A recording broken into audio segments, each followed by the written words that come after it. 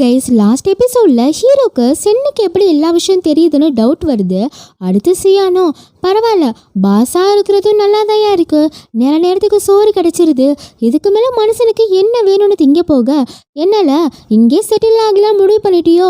அப்ப சியானோ ஆக்டிங்க போட, ஐயோ மாஸ்டர் அப்படிலாம் ஒன்றும் இல்லை, நான் தெரியாம பண்ணிட்டேன்னு மன்னிச்சிடுங்க.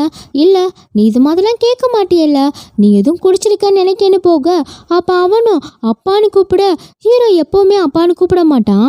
அதை பார்த்து அவரும் மவனேன்னு மனசு உருக, இப்ப என்ன சொல்லிட்டோம் இந்த மனுஷன் அழுகுறான்னு பார்க்க, சரி இன்னும் எக்ஸ்ட்ராவா ஆக்டிங்கை போட்டு கவுத்துடுவோன்னு, அப்பா என்னால் இங்கே தங்க முடியல, தூங்க முடியல, அதை விட உங்களை பார்க்காம என்னால் இருக்கவே முடியல, ஏன்னா நீங்கள் தானே என்னோட உசுறு, மற்றதெல்லாம் மவனே மத்தாப்பான்னு சொல்ல வந்தேன் பானு அவனையே அடிச்சுக்க, இல்லை கோபால் இல்லை, இதுக்கு மேலே நீங்கள் இருக்க வேணாம், வா நடைய கட்டு நம்ம வீட்டுக்கு போகலான்னு கூப்பிட, ஐயோ அந்த லூசு பையன் வந்தால் கத்துவானே, கொஞ்சம் ஓவராக தான் ஆக்டிங்கை போட்டுட்டோமோன்னு, இல்லை உங்கள் ஆணையை என்னால் மீற முடியாதுன்னு அழுக, எங்கும் வெந்து போய் நொந்து போய் கிளம்பிடுறான். அப்போ ஹீரோவும் கடந்த காலத்தை யோசிக்க, என்ன ஆயிருக்குன்னா இவன் சின்ன பிள்ளையா இருக்கிறச்ச கொரோனா வந்திருக்கு, அதை சரியாகணும்னா ஹார்ட் சூத்ரா கற்றுக்கணும்னு கட்டாயத்தில் இருந்திருக்காப்ல, இந்த கோக்ஸு காலங்களும் நான் வெளியாளுக்கெல்லாம் கற்று தர மாட்டோன்னு பிகு பண்ணியிருக்காங்க.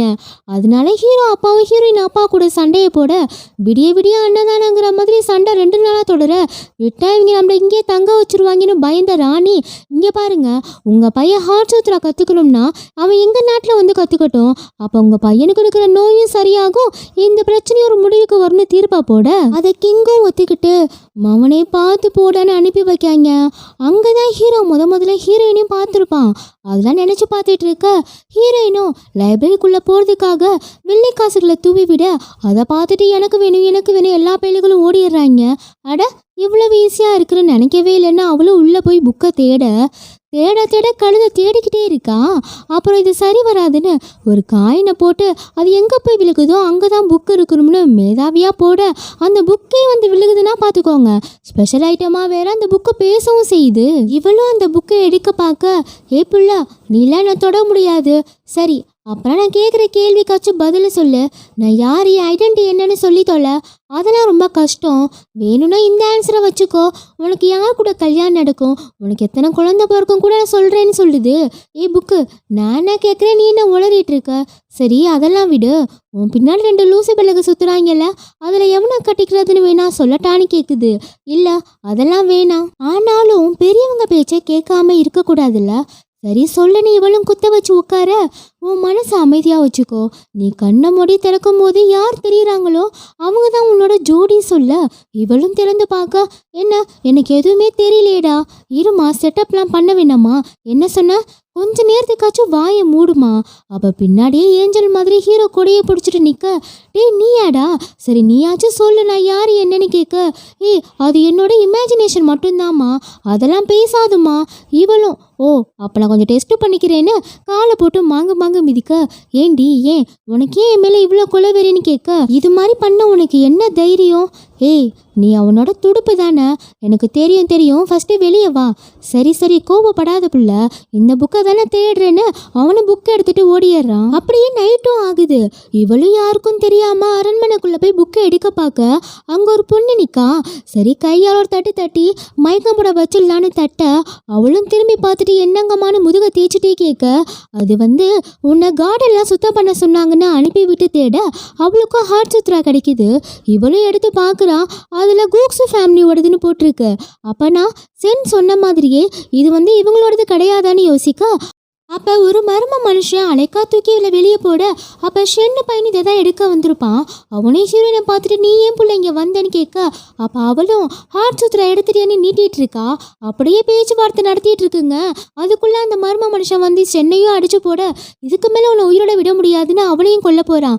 எங்கடா இன்னும் ஹீரோவை காணும்னு பார்க்க, அவனும் பின்னாடி வந்து தரமாக சண்டை போடுறான்.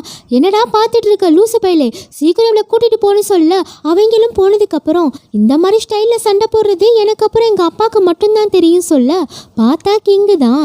நெக்ஸ்ட் சைடில் சென்னு பையனும் அவளை குணப்படுத்த, அவளுக்கும் சில ஞாபகம்லாம் வந்து போகுது. அவளும் எந்திரிச்சு இங்கே என்ன தாண்டா நடக்குது, என்னை ஏன்டா கொல்ல பார்க்குறாங்கன்னு முழிக்க, கொஞ்சம் பொறுமையா இருப்புல்ல, போக போக நானே உனக்கு எல்லாமே புரிய வைக்கிறேன்னு சொல்லிட்டு இருக்கான். அப்போ ஒரு அம்மா வந்து எல்லாரும் உங்களுக்காக தான் வெயிட் பண்ணிட்டு இருக்காங்க, சீக்கிரம் வாங்கன்னு சொல்லுது. ஏன் இப்படி சடனா மீட்டிங் வச்சிருக்காங்க, உங்களுக்கு எதுவும் தெரியுமான்னு எல்லாம் பேசிட்டு இருக்காங்க. அப்போ ஒரு அல்டாப் வந்து ஏதோ புவர்கள் வந்திருக்காளாம்ல, அவளை பார்க்க தான் நம்மளை வர சொல்லியிருக்காரு. என்ன இருந்தாலும் என் அழகுக்கெல்லாம் எவளாலும் நிற்க முடியாதுன்னு பெண்ணாத்த. அப்போ ஹீரோயினும் வரா. அவளை பார்த்து இந்த அல்டாப்பும் மெய் மறந்து நிற்குது. கண்ணுனா இது கண்ணு, மூக்குனா இது மூக்குன்னு வாயை பொழுக்க. ஆனாலும் அப்படிலாம் ஒன்றும் பெருசாக இல்லைன்னு சொல்கிறா. அப்போ சென்னு இவங்க தான் கூட்ஸ் ஃபேமிலியோட தலைமுறை, இனிமேல் நம்மளோட மாஸ்டர் இவங்க தான், இதுக்காக தான் உங்களெல்லாம் வர சொன்னேன்னு அவளே உட்கார வைக்க என்ன நானு அவளும் முழிக்கிறா. அப்போ எல்லாம் அவளுக்கு தலை வழங்கி மீட்டிங்கை முடிச்சு வைக்க அப்போ அந்த அல்டாப்பும் மாமா சின்ன வயசில் கல்யாணம் பண்ணிக்கணும்னு உங்களுக்கு போட்டால் முடிச்சா அவன்னு கேட்க, ஆமா புள்ள, அப்போனா எனக்கே மேக்கப் செட் கொடுத்தீங்க, எனக்கே ஜுவல்லரி பாக்ஸ் கொடுத்தீங்க, அப்போ நீங்கள் என்ன தான் கல்யாணம் பண்ணிக்கணும்னு சொல்ல, இல்லை புள்ள என்னால் முடியாது நான் மன்னிச்சிடுன்னு போயிடுறான்.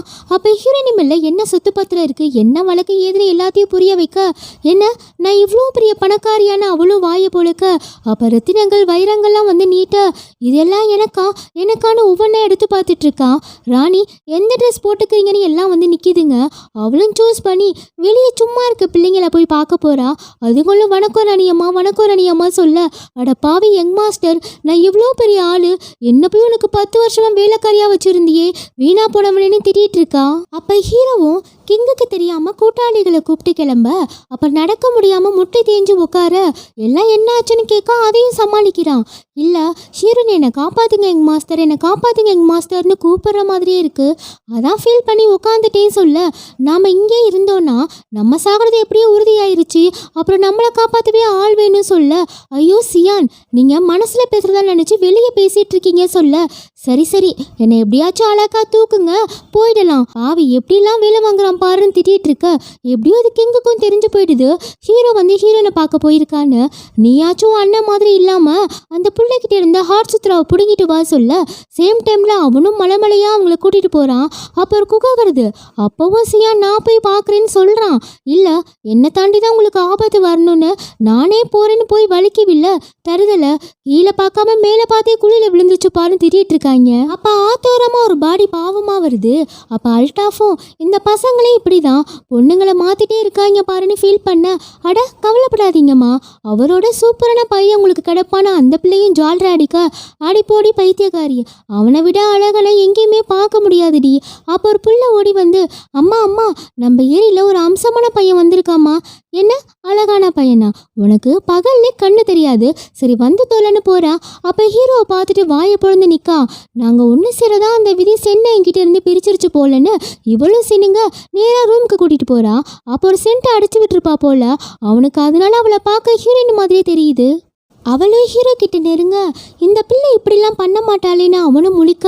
அப்போ ஹீரோயின் கிட்ட ஒரு புள்ள ஓடி வந்து, உங்களை பார்க்க குவானம் மேடல்லேருந்து 3 பேர் வந்திருக்காங்க சொல்லுது, அதனால இவளும் சீனை போடணும்னு எல்லா நகையும் போட்டுட்டு போறா.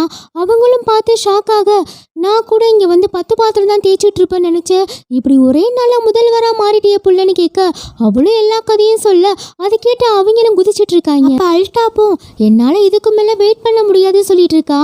அவனும் அவள் கையெல்லாம் கட்டி போட, சி என்ன இப்படிலாம் பண்ணிட்டு இருக்கீங்கன்னு அவளும் சின்னுங்க. சேம் டைம்ல ஹீரோயினும், நான் உங்களுக்கு அவங்க தரதை விட மேற்கொண்டு 10 ரூபாய் போட்டு தரேன், என்கிட்டயே வேலை பாருங்கன்னு பேரம் பேசிட்டு இருக்கா. அவங்களும் இழிச்சிட்டு ஒத்துக்க. அப்பதான் மரமண்டங்களுக்கு ஞாபகம் வருது, அந்த லூசு பையன் பள்ளத்தாக்குல விழுந்துட்டான், அவனை ஃபர்ஸ்ட் காப்பாத்துன்னு சொல்ல, அப்ப பக்கத்துல இருக்கிறவங்களும் அது அந்த அல்டாஃபோட இடம், அவள்கிட்ட இருந்து காப்பாத்துறது கொஞ்சம் கஷ்டம்தான், ஏன்னா அழகான பசங்கன்னா அவளுக்கு உயிர்னு சொல்லிட்டு இருக்கா. ஆனா நம்ம ஏன் அவரை காப்பாத்தணும், அவர் உங்களை 10 வருஷமா அடிமையா வச்சிருந்தாரு, சாகட்டும்னு சொல்லிட்டு இருக்கா.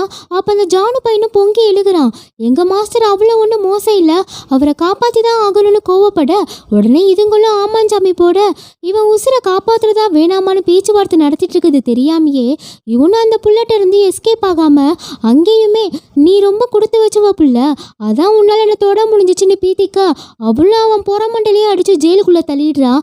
கைஸ் இதோட எபிசோட் முடியுது. நெக்ஸ்ட் வீடியோ சீக்கிரம் அப்லோட் பண்ணிடுறேன். பை.